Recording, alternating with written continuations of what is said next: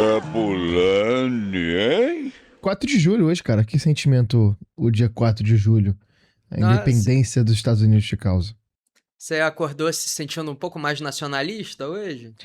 Ah, me deu uma vontade, sim, cara, de invadir uma pequena nação do Caribe. Caribe não, que não tem muito petróleo por lá, né? Mas é engraçado, né? Porque os americanos, eles têm realmente esse delírio de que o mundo comemora o 4 de julho. Sim, tem mesmo. Inclusive, aquele Brasil e Estados Unidos na Copa de 94 foi em pleno 4 de julho. Foi, né? Foi. O Leonardo deu-lhe uma cacetada no maluco. Exatamente. Aliás, esse maluco, ele se fudeu brabo, tá ligado? Tipo, É a mesmo? cotovelada. É, porque ele teve um afundamento do crânio, sacou? Ele era Caralho, não sabia não. jogador do Real Betis, se eu não me engano, da Espanha. E aí, pô, ele passou, tipo, 8 meses sem jogar bola e teve Caralho. contrato rescindido no Betis. Teve que Caralho. voltar pros Estados Unidos. É, foi pica. López Cabral va contra McAllister. López Cabral.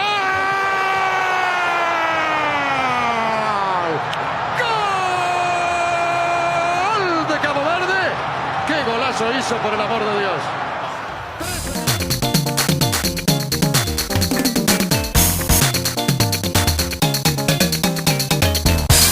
Sábado, dia 4 de julho de 2026, estamos no ar com o Hype de Copa, podcast diário de Copa do Mundo no YouTube e demais plataformas de podcast.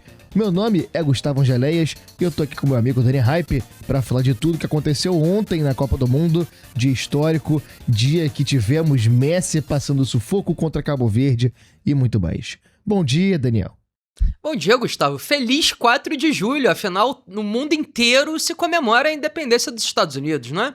Exatamente. Estamos todos celebrando a existência desse país que tanto bem trouxe ao planeta. Por falar em independência, ontem Cabo Verde celebrou talvez o maior ato de independência da história da Copa do Mundo. É, cara, muito impressionante o que Cabo Verde fez. Antes, eu acho até que vale a gente aproveitar esse jogo pra falar um papo que a gente até teve no programa de ontem, razoavelmente, mas que eu tirei na edição, que é o equilíbrio dessa fase, né, cara? A gente teve muitos jogos equilibrados, muitos jogos definidos no final. Óbvio que um puxão de orelha que você me deu ontem e que não entrou no ar foi que tem mais jogos, então tem mais possibilidades de ter jogos equilibrados, mas ao mesmo tempo as grandes seleções tiveram problemas, né? Poucas seleções conseguiram passar por essa fase com um jogo tranquilo, com um jogo que não tenha sido definido nos finalmente. Quem passeou de verdade nessa fase foi França, foi Espanha e só. E Equador, talvez. De México. resto... México, exatamente, que eliminou o Equador. De resto, todo mundo teve uma dificuldade ali. Então, eu acho que é uma competição nivelada e acho que eu me surpreenderia se a gente visse uma oitavas de final menos disputada do que o 16avos. É, nivelada por alto, né? Ótimos jogos. Só trazendo, na verdade, o puxão de orelha que eu te dei, porque não foi exatamente você ter dito que os jogos eram equilibrados. Sim. Você trouxe um dado de um jornalista do Globo Esporte, se eu não me engano, no X, antigo Twitter, em que ele disse que nunca uma fase de mata-mata teve tantas viradas quanto teve esse 16avos, né? E aí eram 4, não sei, o segundo maior eram 3 em uma oitava de final que teve. E aí o que eu disse foi que estatisticamente não tinha valor nenhum esse dado, porque tem muito mais jogos nos 16avos, tem o dobro de jogos nos 16avos do que numa oitava de final. Então, percentualmente, é muito menor a quantidade de viradas comparada a essas oitavas de final que tiveram 3 episódios de virada. E, além disso, não dá pra você estabelecer uma máxima histórica na primeira vez que algo acontece numa competição como esses 16avos. Foi isso que eu disse ontem. E até me surpreendeu que você tirou isso do programa, que eu achei que era um trecho legal.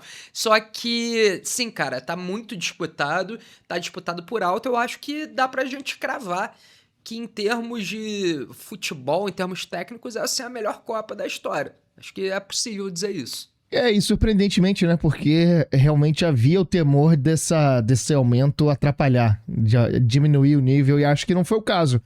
E até porque, acho que é até uma visão um pouco eurocêntrica desse futebol, que é muito eurocêntrico, de achar que o bom futebol se joga na Europa, quando na verdade não é verdade, né? E essa Copa tá mostrando isso, como a Europa não consegue, em alguns momentos, disputar um bom futebol, como foi o caso de Suécia, como foi o caso de Áustria, como foi o caso de República Tcheca, ao mesmo tempo seleções que já estiveram presentes em alguma Copa do Mundo, já estiveram presentes em algum desses grandes círculos do futebol mundial, ao mesmo tempo que as estreantes vão fazendo trabalhos muito dignos, né?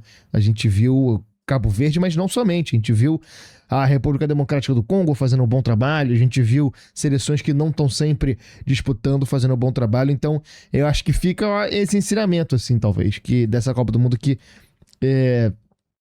olhar um pouco pra fora, e acho que Cabo Verde mostra um pouco isso, né, cara?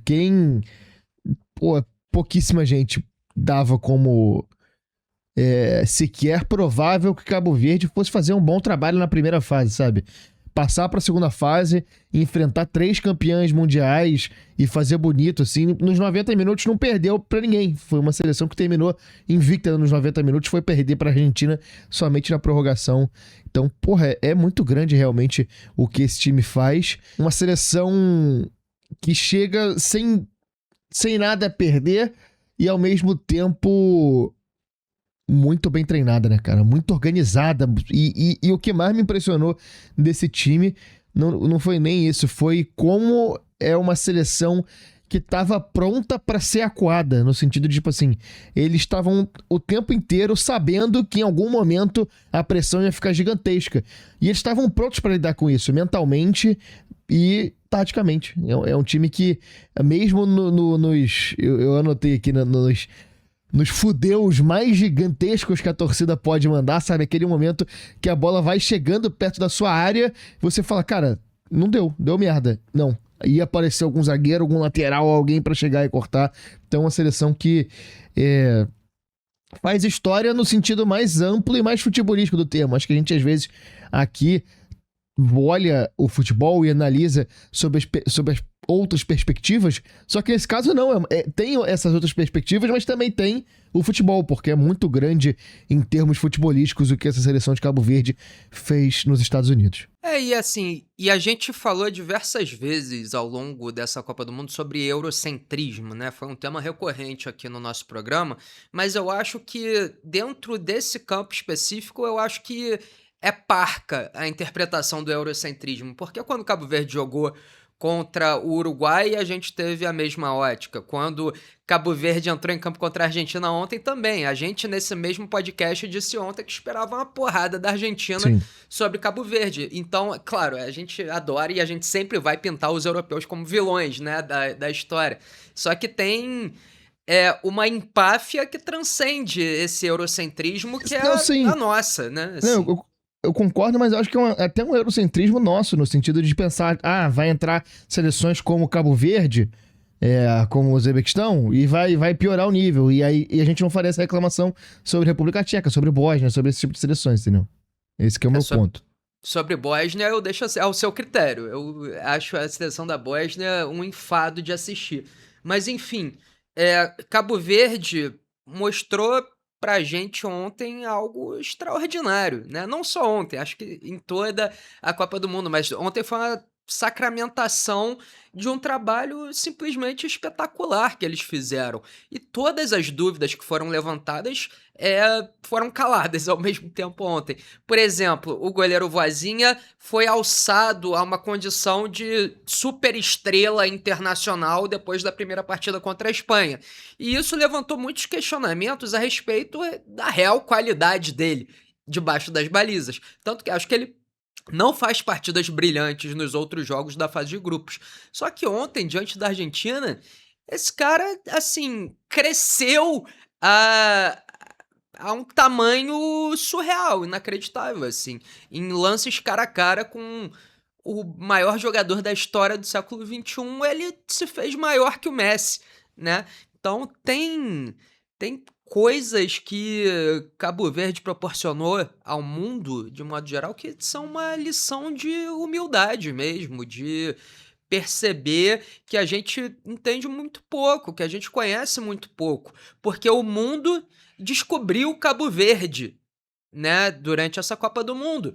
Mas Cabo Verde não descobriu Cabo Verde e potencialmente o continente africano em termos de futebol, né, não descobriu Cabo Verde nessa Copa do Mundo. Eles já tinham eliminado Camarões e Nigéria nas eliminatórias só, né, talvez os 2 maiores países em termos de tradição futebolística nesse continente, já tinham participado da Copa Africana de Nações e chegam a essa Copa do Mundo desconhecidos a nós, né? Mas não desconhecidos a eles mesmos, ao país deles e ao continente deles. Então, é um pouco disso mesmo. A gente se coloca nessa posição de descobrir coisas que já estão descobertas, né? Sim. Então, é uma visão eurocêntrica da gente, fora Sim, da sim. Europa. Exatamente. Né? Assim. E acho que o futebol, ele tem um pouco disso, né, cara? Ele...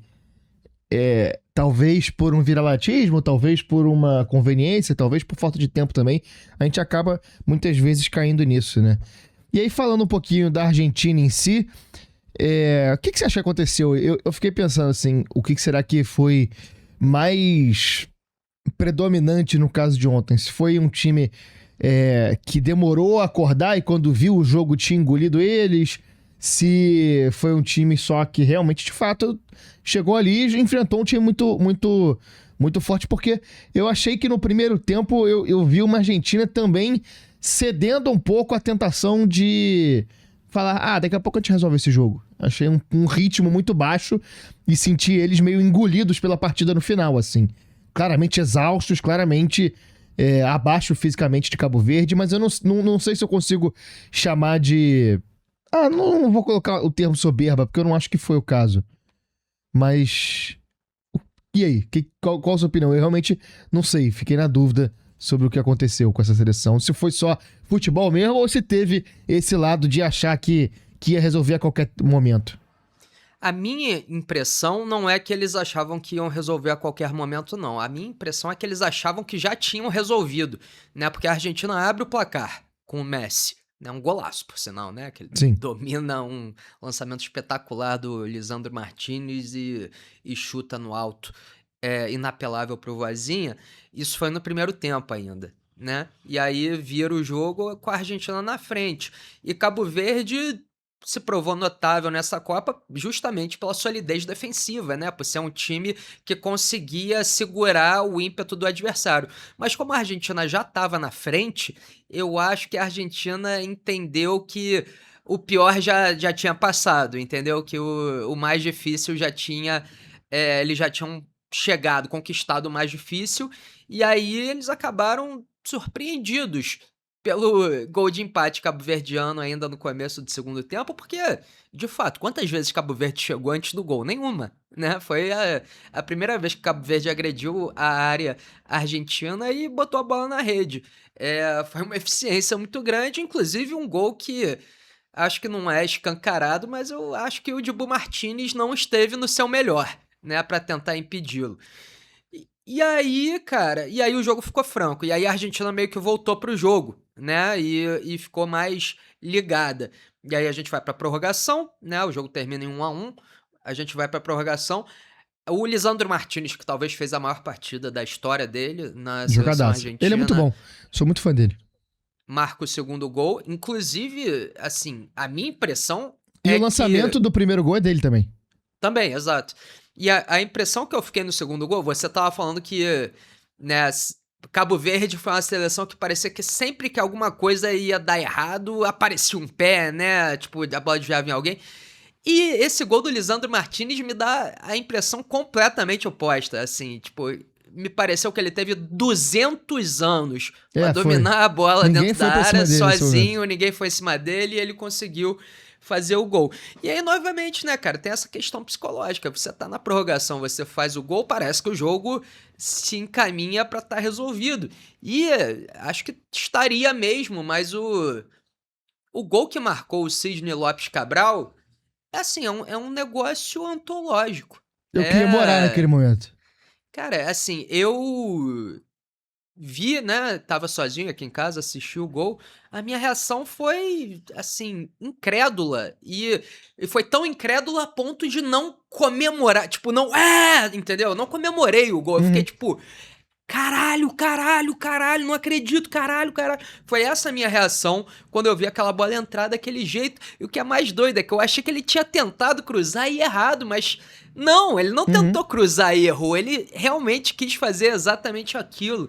E esse é o gol da Copa, né? É. Até aqui, não tem nada que tenha se aproximado disso até aqui. E é um dos maiores gols da história dos mundiais, por sinal. Então, realmente, é um momento de consagração. E no segundo tempo, a Argentina, mais um escanteio, encontra a vitória, né? E depois eu acho sim que a Argentina estava morta e que a Argentina não tinha se programado para uma batalha de 120 minutos, né? E Cabo Verde estava bem mais inteiro ao final do jogo, tanto que domina as ações depois que a Argentina faz o gol e ficou perto de empatar, inclusive, mais uma vez. Minha cara, esse gol é muito impressionante mesmo, cara. É um gol histórico na essência da palavra. E acho que é um desses gols que resumem o futebol, assim. Naquele momento, o futebol tava mostrando pro mundo por que ele é tão foda, por que a gente gosta tanto desse esporte, porque ele é um esporte que permite isso, é um esporte que permite uma seleção representante de uma nação de 500 mil habitantes, e bairros de Buenos Aires você vai ter mais gente do que isso. Bairros do Rio de Janeiro você vai ter mais gente do que isso. Mais gente do que a população de Cabo Verde. Então...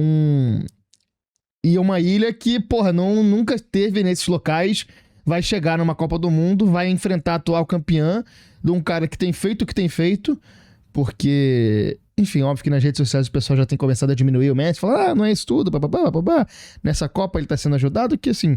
Eu até acho que a gente pode criticar o que a forma como a arbitragem tem conduzido os jogos do Messi, mas não é muito por esse caminho, assim.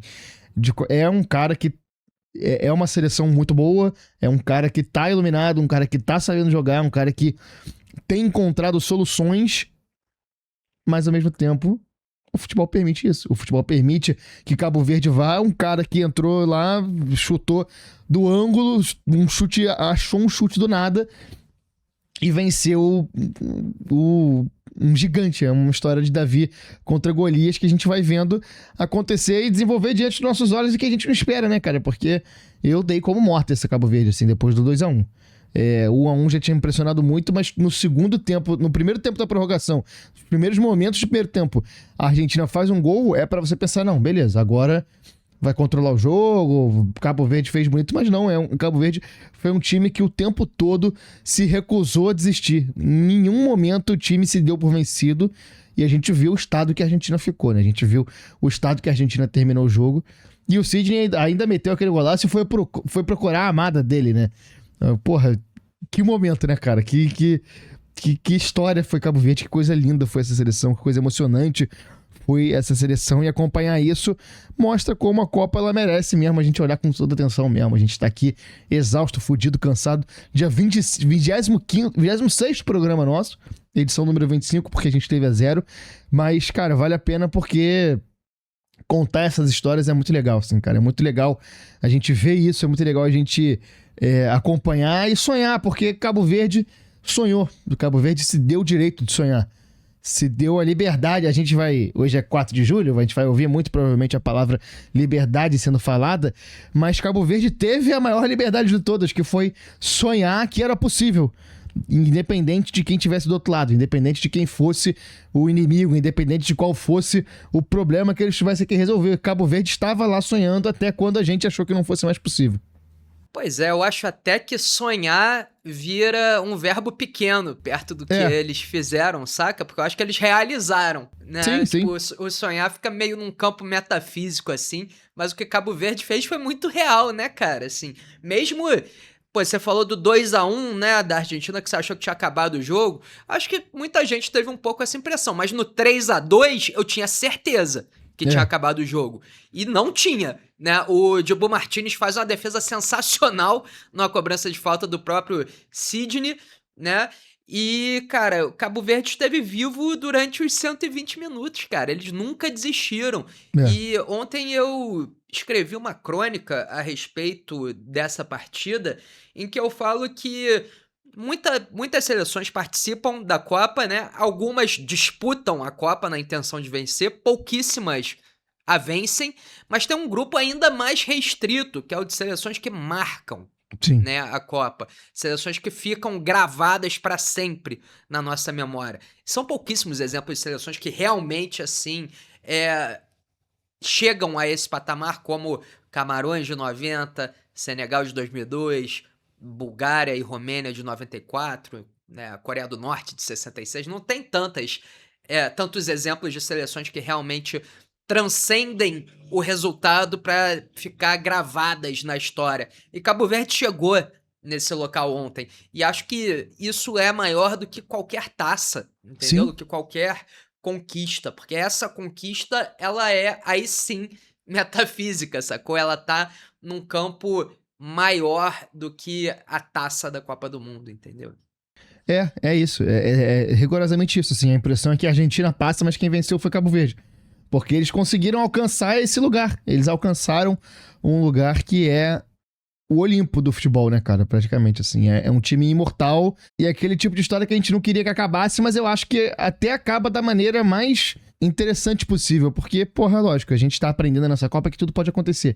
Mas é muito difícil imaginar que Cabo Verde fosse avançar pra ser campeão do mundo, né? Convenhamos aqui, Claro. Poderia acontecer, mas seria difícil. Mas acho que cair dessa forma contra essa Argentina é muito simbólico, sabe? E acho que é uma maneira muito bonita de encerrar essa história, uma maneira muito bonita de sacramentar o nome dessa seleção, o nome desses caras na história das Copas do Mundo. É realmente muito, muito legal, cara. Foi muito bonito acompanhar essa história de Cabo Verde e se surpreendendo e conhecendo e tudo mais. Foi incrível. Muito obrigado pelos peixes de Cabo Verde. Pelos tubarões, no caso, né? Exatamente. Daqui a pouquinho a gente fala um pouco mais dessa seleção. E, cara, da Argentina eu acho que assim, não tem muito o que falar. Acho que a gente vai ter que ver lá na frente o que vai ser esse jogo. Qual vai ser a contribuição desse jogo pra narrativa da Argentina na Copa do Mundo, né? Porque acho que pode acontecer várias coisas. Pode acontecer de ser um jogo que seja compreendido como a partida que fez a Argentina acordar na competição, né? Algo que, assim, daqui a pouco eles falam, pô, a gente precisava de uma partida dessa pra entender que nem tudo é festa, que nem tudo é churrasco e tudo mais. Ou a gente pode ver essa partida como um símbolo de uma seleção que não conseguiu acordar a tempo, que talvez tenha sido engolida pela competição. Eu acho que, ou algum outro cenário que eu não esteja visualizando aqui, mas eu acho que não consigo tirar nada de muito definitivo da Argentina na competição a partir dessa partida. Então, eu acho que até não faz sentido você analisar a competição da Argentina a partir dessa única sim. partida. Até porque até a gente chegar nesse duelo com o Cabo Verde, a gente estava falando o quê? Que a Argentina era uma seleção que, por já ter sido campeã, agora jogava com leveza, com tranquilidade, né, que parecia se divertir jogando bola, e aí isso, né, vai dar um giro de 180 por conta de uma partida em que ela foi verdadeiramente desafiada contra Cabo Verde, mas eu acho que talvez seja diminuir a atuação de Cabo Verde e dizer que a Argentina foi engolida pela competição. Acho que, a Argentina tentou e jogou de igual para igual. Teve certa empáfia depois de fazer o primeiro gol, mas quando o Cabo Verde surpreendeu com o empate, eu não acho que em nenhum momento a Argentina passou a menosprezar a partida, entendeu? Pelo contrário. E você citou o Messi em uma das suas falas aí, eu queria trazer, porque eu penso mais ou menos parecido com o que você trouxe. Infelizmente existe hoje, a tendência no mundo é analisar qualquer coisa, né, qualquer corte dentro de uma binariedade, né, assim.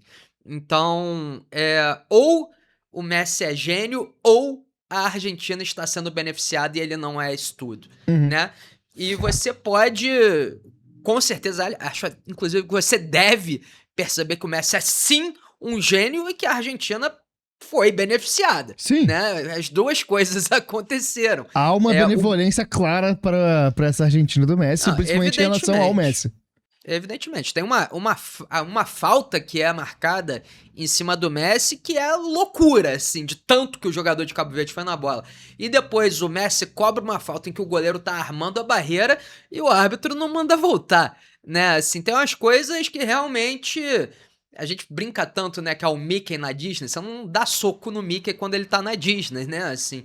Mas até que ponto vai isso também, né? Até que ponto vai esse favoritismo ao Messi dentro da Copa do Mundo? Porque, pô, isso, na minha opinião, até macula a imagem do Messi dentro da competição. Se não pode encostar nele, se tudo que ele faz é permitido, se todas as decisões em campo são para beneficiar a seleção dele, é meio cagado, né? Pro Messi, enquanto instituição, assim, enquanto o gênio que ele é, né?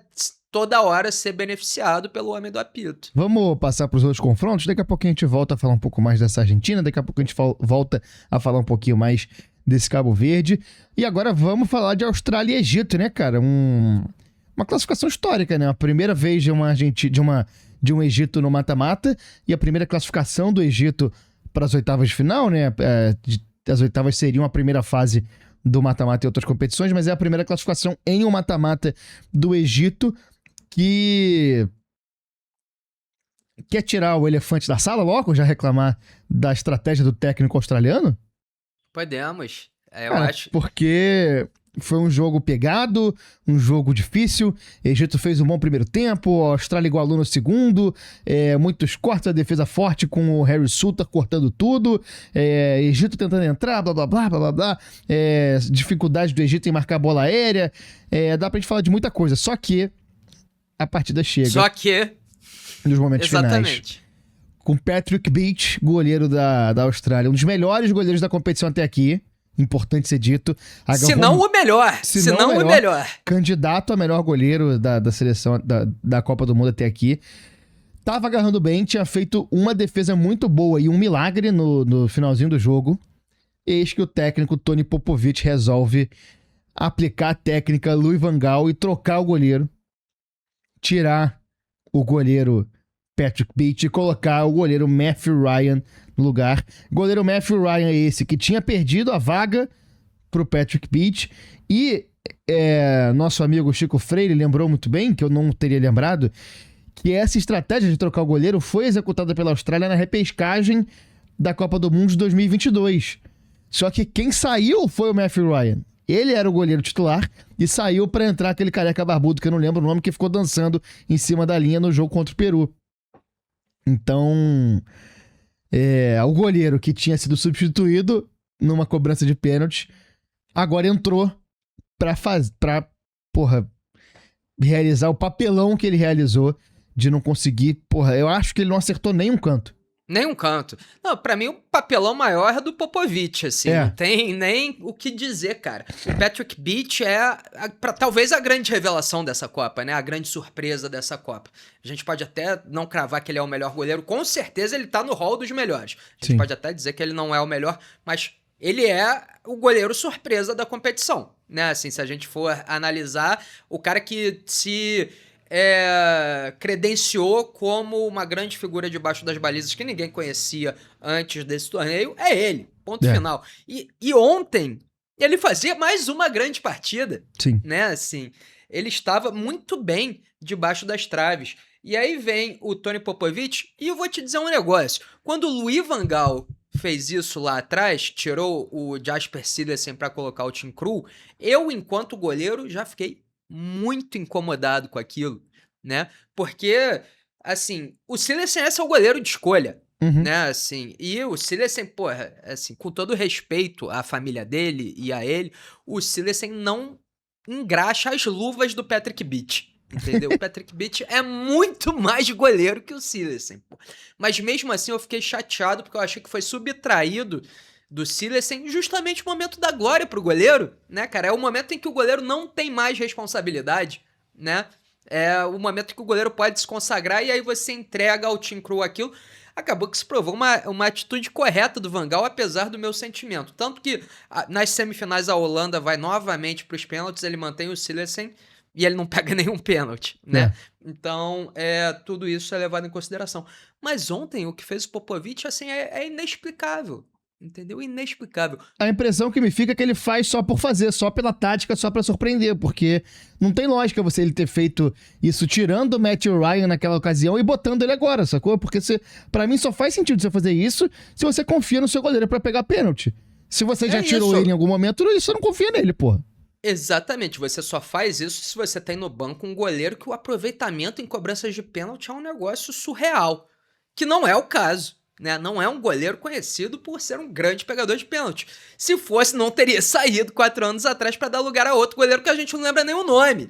Né? Pra você ver como que estão as coisas. E, pô, o cara, a performance dele, assim, né? Eu acabei de dizer, os pênaltis é quando a responsabilidade foge ao goleiro, mas, porra, ele entrou e a partir do momento que você entra nesse certame dessa forma, você passa a ter responsabilidade. Você concorda comigo? Porque Sim. você tá entrando justamente para isso. Porque você é mais, em tese, mais qualificado para pegar pênalti do que o goleiro que esteve ali o tempo inteiro. E não é que ele foi mal, que ele não acertou os cantos, mas ele errou por muito. Mas ele saía muito antes em todas as cobranças. Ele foi facilmente deslocado em todas as penalidades que o time do Egito cobrou. Então, realmente, assim, não existe nada na minha cabeça que seja capaz de justificar você tirar o Patrick Pitt, que eu espero venha um time maior daqui em diante, pra colocar essa bosta desse Ryan no gol, entendeu? Pra eliminar a sua seleção, que era melhor. A Austrália é um time melhor que o Egito. O Egito é um time de mais talento individual, né? Com o Salah, com o Marmoush, com o próprio Ashur, que faz uma excelente Copa do Mundo, mas time por time, a Austrália é melhor que o Egito, né? Coletivamente melhor, mais entrosada, faz partidas mais sóbrias que o Egito e acabou ficando de fora. Só pra dar o crédito, o goleiro que entrou naquela ocasião contra o Peru foi o Andrew Redmayne. Ninguém conhece essa merda, entendeu? Aí o Ryan saiu pra esse cara, é impressionante. Atualmente, ele joga no Central Coast Mariners da Austrália. Então... Que é o time do exército, é isso? Sei lá, pô, cara. Tá de sacanagem. Central Coast Mariners parece divisão de exército, isso. É inexplicável isso, cara. É revoltante mesmo. Fiquei irritado com isso. Conseguiu me irritar. O Tony Popovich conseguiu me irritar. Conseguiu me tirar do sério. E aí, falando sobre o Egito, cara, eu acho que pareceu muito claro que o Salah não estava inteiro. Ele saiu lesionado do último jogo, começou o tratamento no banco já, aquele gelinho clássico. O Salah não me pareceu inteiro, não me pareceu chegar inteiro nas divididas. Acho que realmente foi um caso de ir pro sacrifício. Tomara que ele melhore na próxima partida. E a gente daqui a pouco fala um pouquinho mais desse Egito que vai enfrentar a Argentina. E aí, só uma coisinha sobre o Salah, que terminou o jogo ontem, né? Inclusive ele fica até o final, né? Ele bate pênalti e tal. Cavadinha. E aí... Pois é, maroto, né?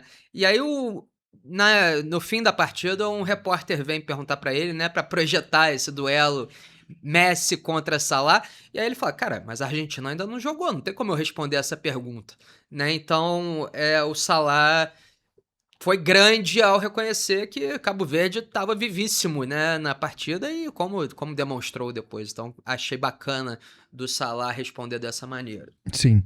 Passando agora para outra partida, tivemos Colômbia e Gana jogando, né, cara? Uma Colômbia com muita dificuldade de matar jogo, né?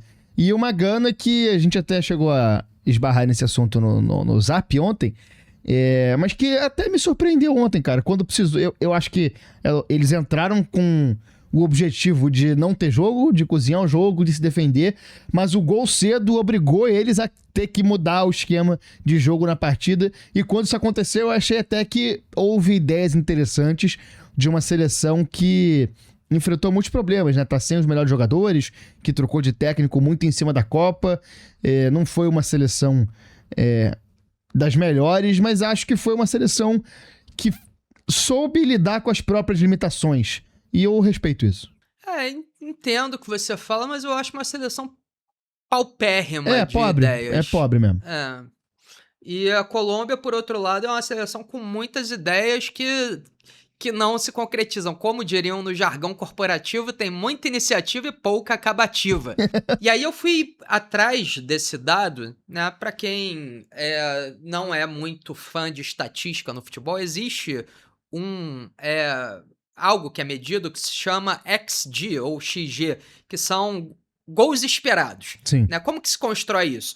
Basicamente, cada chance que uma equipe tem ao longo da partida é atribuído um número àquela chance. Pênaltis, por exemplo, costumam representar 1 XG, né? Porque você espera que saia o gol do pênalti. Só que, assim, por exemplo, então, uma bola que é chutada de fora da área tem um XG 0.1. Uma bola que é chutada cara a cara com o goleiro tem um XG 0.8. Entendeu? Então vai aumentando o gol esperado de acordo com a qualidade da chance que a equipe consegue produzir. E nas oitavas de final, a Colômbia é a equipe com a pior relação entre XG, né, gols esperados, e gols marcados. É a única equipe dessas oitavas de final que tem um coeficiente negativo entre gols esperados e gols marcados. Ou seja, a Colômbia criou mais chances do que... mais clareza de chances do que conseguiu colocar a bola na rede, né? Então, é a única seleção que chega nessa segunda fase de mata-mata com um histórico negativo por trás disso. E, cara, a Colômbia perde gol pra cacete, cara. Mas foram muitas chances de matar o jogo ontem. E eu acho que isso joga uma luz, assim, uma preocupação sobre os atacantes, né, cara? Porque os caras que estão sendo testados não estão dando certo. E aparentemente o técnico tá tentando mudar. Tanto que quem foi titular ontem foi o Córdoba, se machucou e saiu cedo. Entrou o Luis Soares, que foi titular em outros jogos. Mas tem alguns caras que não tem chance, cara. Por exemplo, o Cúcio Hernandes, que a gente elogiou pra caramba aqui no começo da Copa. Não entra o Andrés Gomes, do Vasco, que, porra, é um salseiro do caralho, não entra. E ele também tem dificuldade de fazer gol. No próprio Vasco, ele tem uma certa dificuldade de finalizar. Mas eu acho que falta o time da Colômbia testar coisas diferentes no ataque. O Luis Soares, eu tô achando ele uma merda, assim. Eu já vi muita gente... bonde, né, bonde, cara? Eu já vi muita gente elogiar ele e tal... por clube eu nunca tinha visto ele jogar. Ele joga lá no Sporting, se não me engano, mas joga em Portugal. Cara, eu tô achando fraco ele. Tô achando um atacante brigador e tal. Sabe se posicionar, sabe brigar. Pressão alta muito boa. Mas, pô, tem que botar a bola na casinha. A Colômbia deixou o jogo vivo ontem até o final. E se toma um gol ali, podia ruir tudo. Porque se Gana empata, ia recuar completamente. E pra furar o ferrolho ia ficar muito complicado. Então, assim, eu acho que isso é uma coisa que a Colômbia tem que ficar atenta para as próximas fases. É um time muito bom, acho que é um dos times que melhor joga futebol nessa Copa, até, inclusive, mas tem que fazer gol. E o Luis Soares escancara que realmente tem alguma coisa diferente na água que os atletas bebem, principalmente os centroavantes bebem no Sport em Lisboa, né, assim... Porque o Vitor Gyökeres, que era o antecessor dele lá, também fez chover lá em Lisboa, e quando foi pro Arsenal foi uma decepção. Nessa Copa do Mundo nem se fala, foi uma super decepção o Gyökeres, e agora o Luis Soares parece seguir pelo mesmo caminho, né? É um jogador que bota a bola na rede de tudo que é jeito e maneira no Sporting e parece um bonde nessa seleção colombiana, assim, mas um bonde dos ruins, assim. Um bonde de você pensar que o atacante Somália, que jogou no Fluminense e em tantos outros clubes brasileiros, faria uma participação melhor nesse ataque colombiano do que ele. Outra coisa que eu acho que eu queria destacar dessa partida também é o Jordan Ayew, né, cara? Que se não chega a ser uma lenda das Copas, como a gente falou de outros caras aqui, tava lá em muitas das histórias que a gente lembra dessa Copa, né, cara? Tá lá desde muito tempo, jogou com o irmão, os dois são filhos de um grande nome da história das Copas, que é o Abedi Pelé. Das Copas, não, do futebol, não lembro exatamente se ele chegou a jogar a Copa, mas é um dos grandes nomes do futebol africano, que é o Abedi Pelé.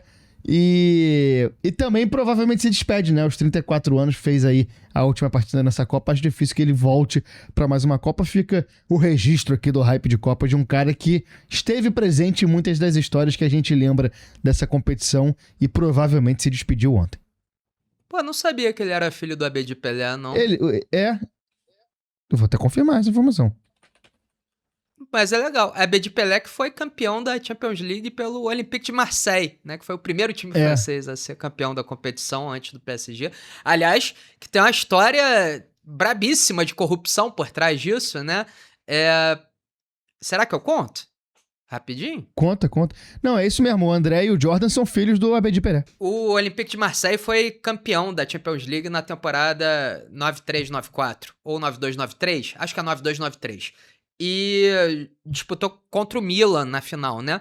E aí vocês podem se lembrar que o São Paulo, que foi campeão da Libertadores aquele ano, foi pro Mundial, né? Naquela data era jogo único. E o São Paulo não enfrentou o Olympique de Marseille, né? Enfrentou o Milan. Por que isso aconteceu? Porque o presidente do Olympique de Marseille, como o time estava disputando tanto a Ligue 1, né, para ser campeão da Ligue 1, quanto a final da Champions, ele resolveu subornar jogadores do Valenciennes, que era adversário do Olympique na partida antes contra o Milan, para que eles tirassem o pé. E aí, esse escândalo foi descoberto, né?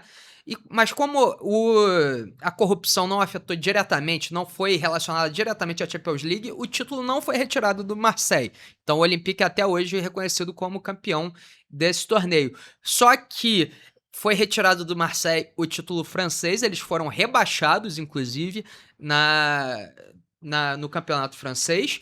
E foram punidos com a retirada de algumas competições. Então eles foram retirados da Champions League do ano seguinte, que eles teriam se qualificado por terem sido os campeões automaticamente, né? E foram retirados desse Mundial que o São Paulo acabou se sagrando campeão diante do vice da Champions, que foi o Milan. Vamos passar pro quadro para projetar os confrontos rapidamente? Temos os últimos 2 confrontos definidos aí.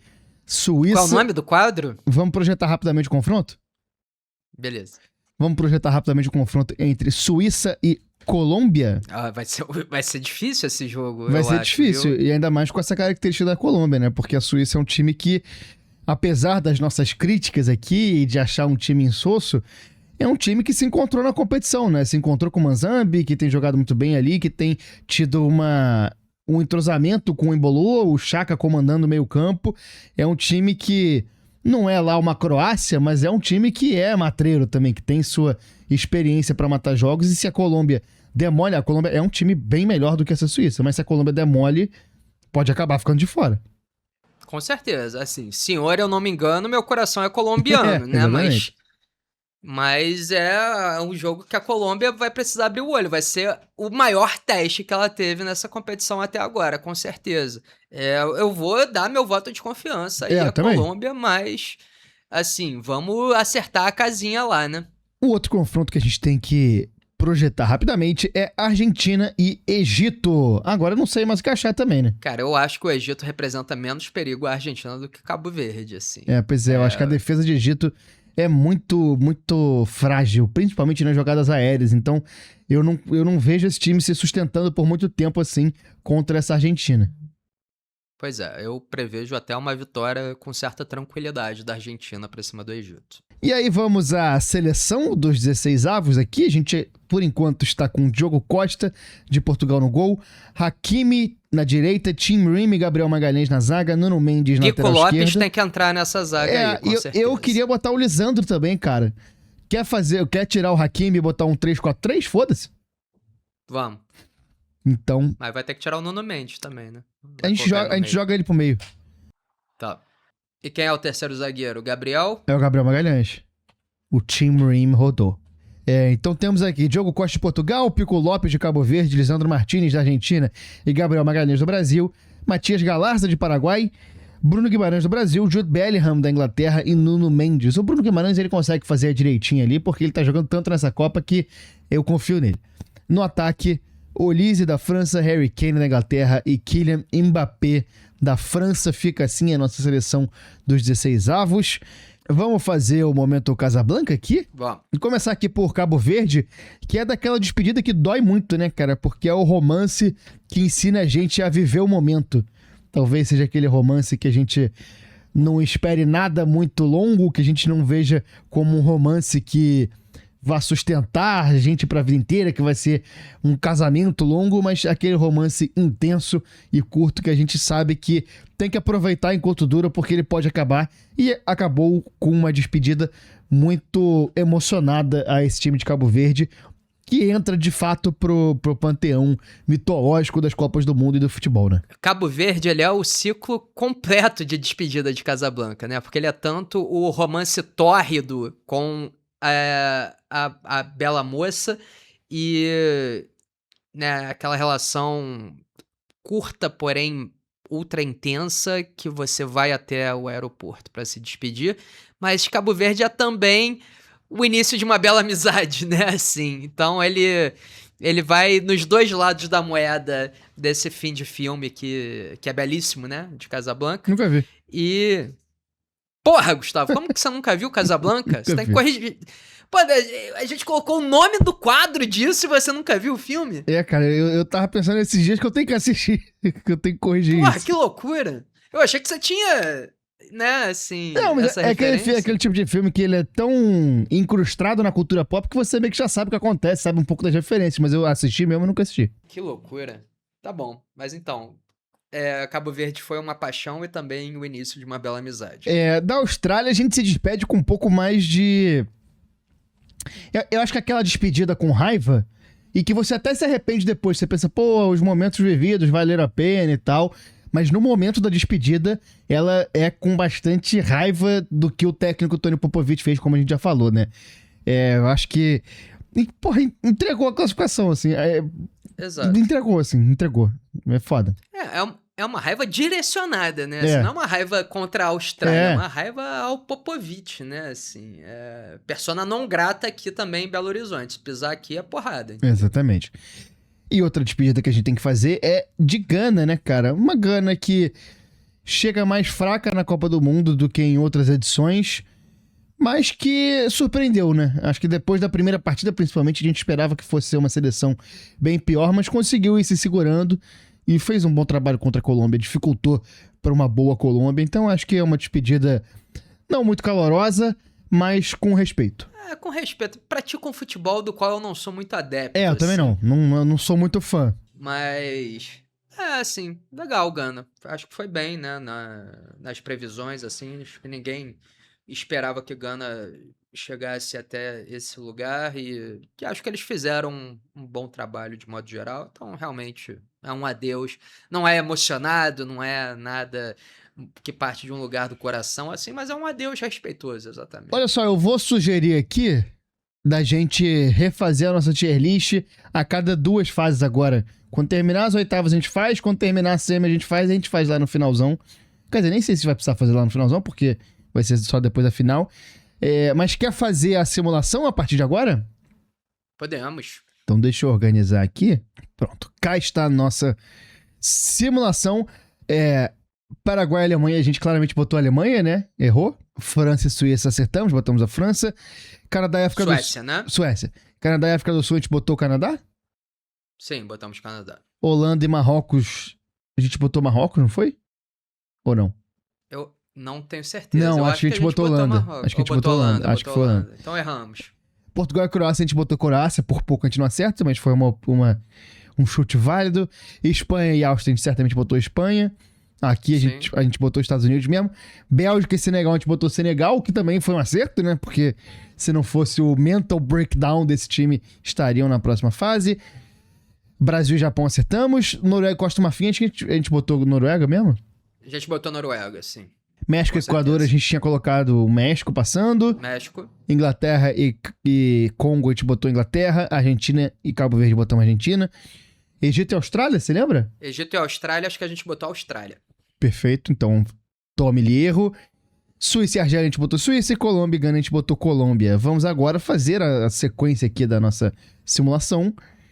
Paraguai e França. Pô, tem que ter peito pra dizer, mas eu vou dizer que é a França. Né? Eu não consigo colocar na simulação que o Paraguai vai passar. Canadá e Marrocos, acho muito difícil pensar um cenário que esse Canadá consiga fazer alguma coisa contra Marrocos, né? Ainda mais depois de ter perdido o meio campo.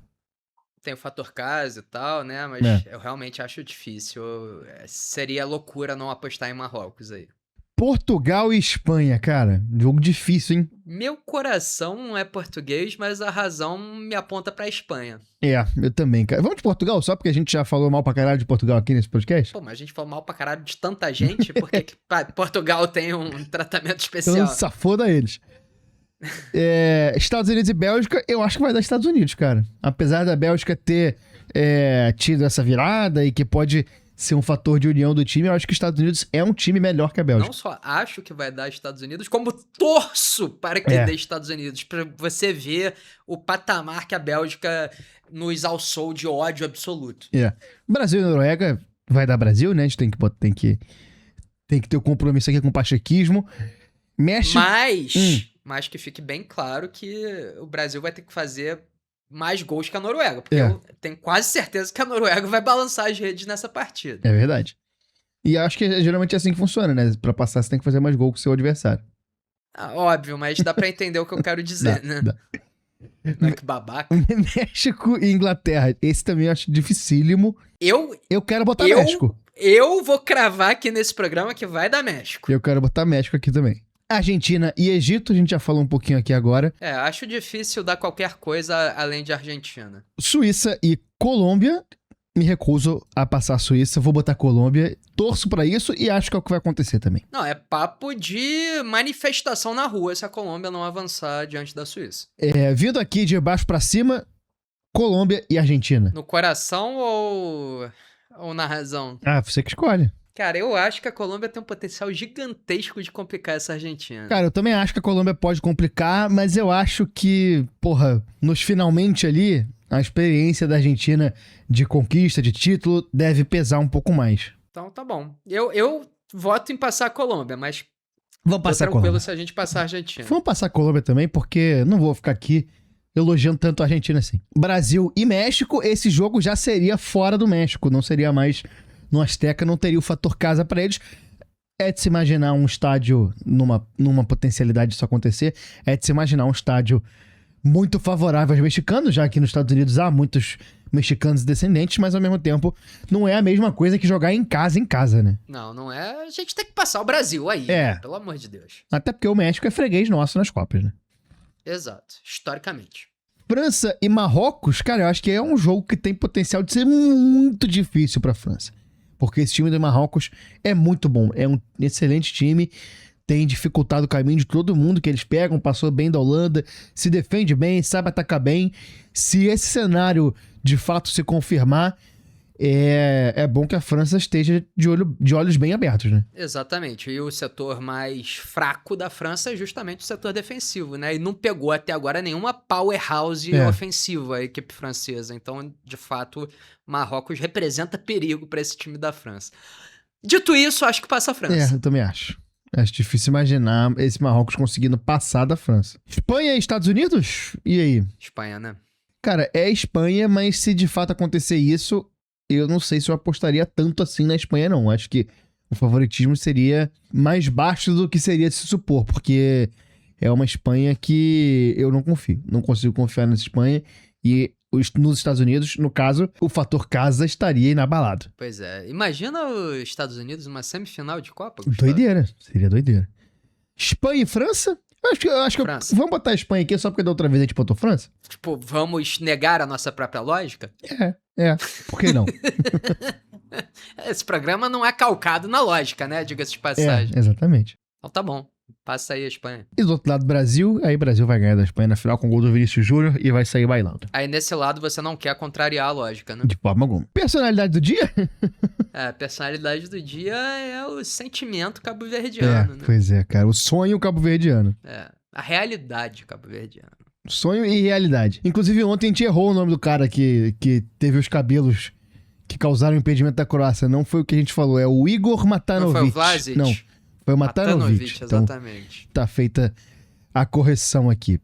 E eu ouvindo também, eu cometi um pequeno erro que quem deu o soco na comemoração do grávido foi outro Rubem, foi o Rubem Dias, não perfeito. foi o Rubem Neves. Agendinha do dia, temos agora, daqui a pouquinho, às 2h da tarde, Canadá e Marrocos abrindo as oitavas de final, jogo esse em Houston, no Texas. E aí? Marrocos, né? Marrocos. A gente já falou tanto disso.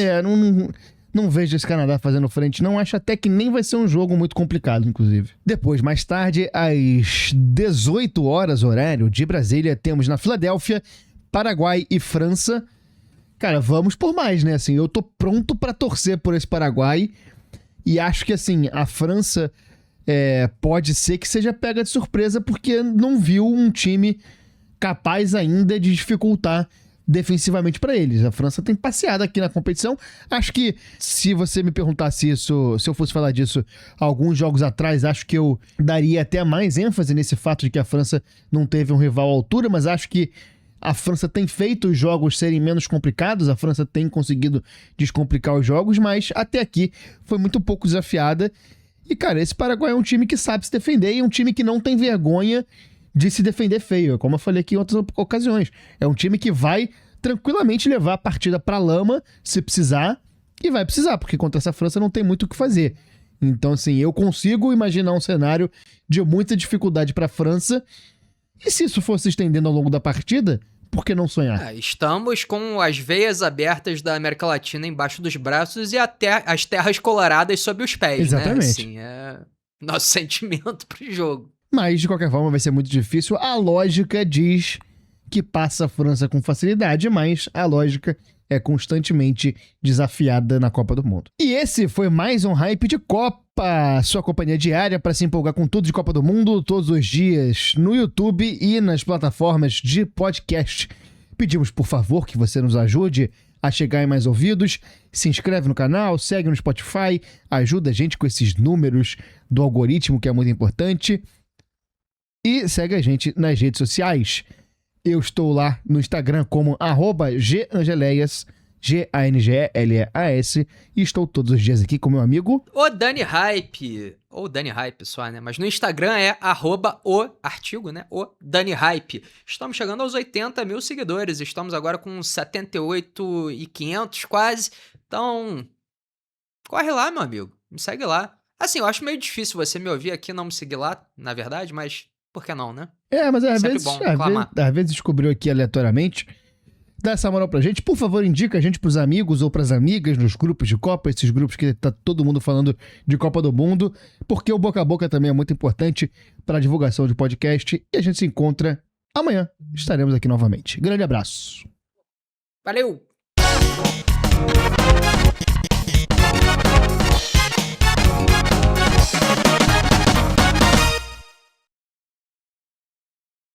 Nesse momento, meu companheiro de bancada acaba de mutar o microfone. Eu ainda tenho que ver, o que não é muito agradável, mas pelo menos eu não tenho que ouvi-lo assoando o nariz de forma grotesca, tal qual um animal irracional. Será que os animais assoam o nariz? Boa pergunta. Deve ter algumas... Eles espirram, com certeza. Com certeza. Tem algum biólogo aí, será? Na audiência pra nos responder Se isso? tiver, manda um alô. Outra coisa, será que animal come meleca? Deve comer, né? Macaco, com certeza. Cachorro também. Cachorro come tudo. Até cocô. Mas aí eu acho que não é intencionalmente, tipo, tirar a meleca e comer. Tipo, sobrou ali, ele come. Exatamente. Tipo, espirrou, ficou um catarrinho aqui. Exato.